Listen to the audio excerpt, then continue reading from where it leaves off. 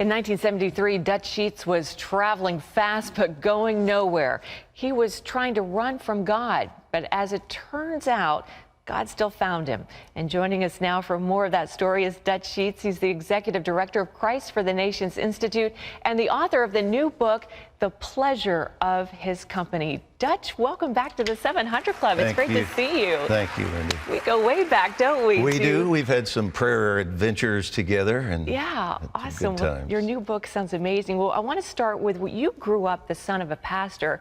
You know, for some reason, I'd forgotten that. But something happened in your life, Dutch, when you were just 17 that shook your world. What happened? Well, my dad ended up getting involved with his secretary and ultimately divorced mom and married her.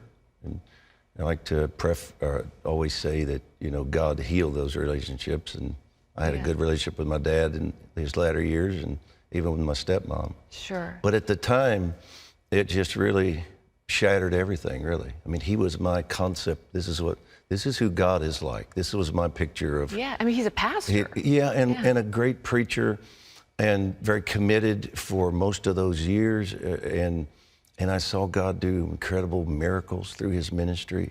So he was on a pretty high pedestal. I mean, I literally saw blind eyes open and deaf. I saw a little boy take braces off and run for the first time, and cancer's healed. And, you know, so Dad was way up there on this pedestal. And when he fell, it was devastating to me. How bad did it get?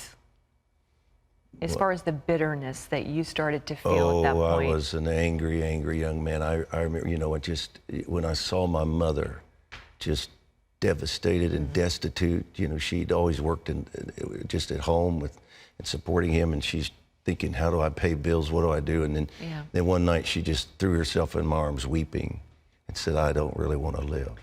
Now, 2 years later, Dutch, you were in a bar. I think you'd had a few beers. I had some joints. I was very high. You were high. And I did inhale. Unlike a former president, I did inhale. You did inhale. The bar was called the Boar's Head. Yes. And you heard a voice in your head.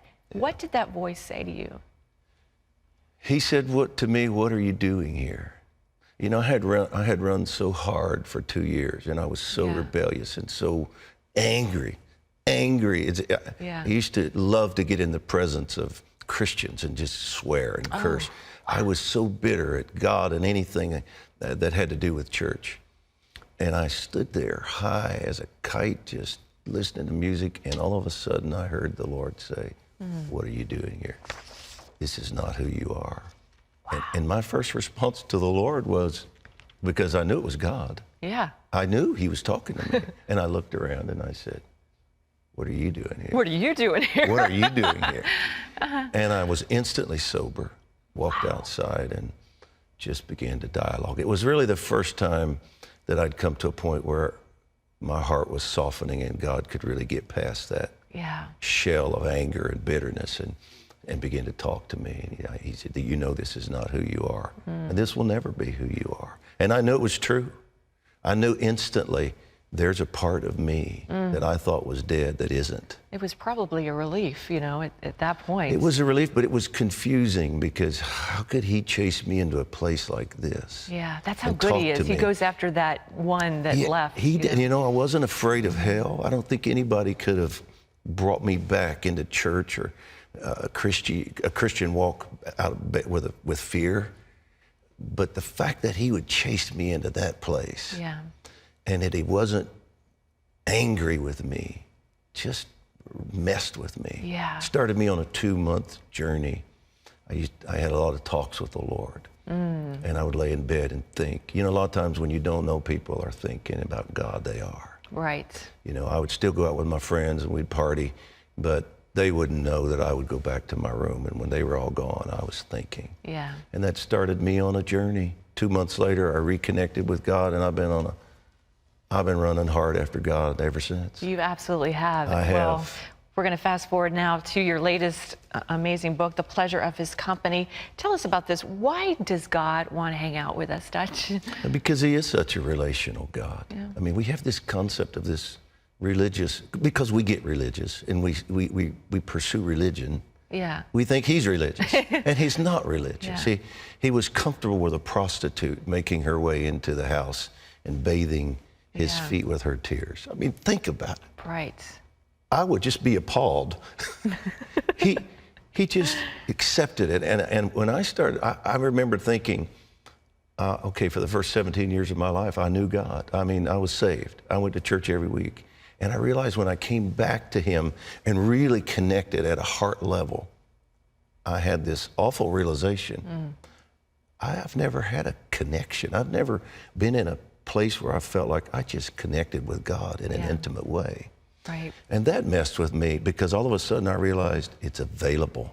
Do you think, most people, especially we want to know God, and there seems to be a movement right now. I know even at my church here in Virginia Beach, the pastor's doing a sermon on knowing God. We're so busy, and we make so many excuses.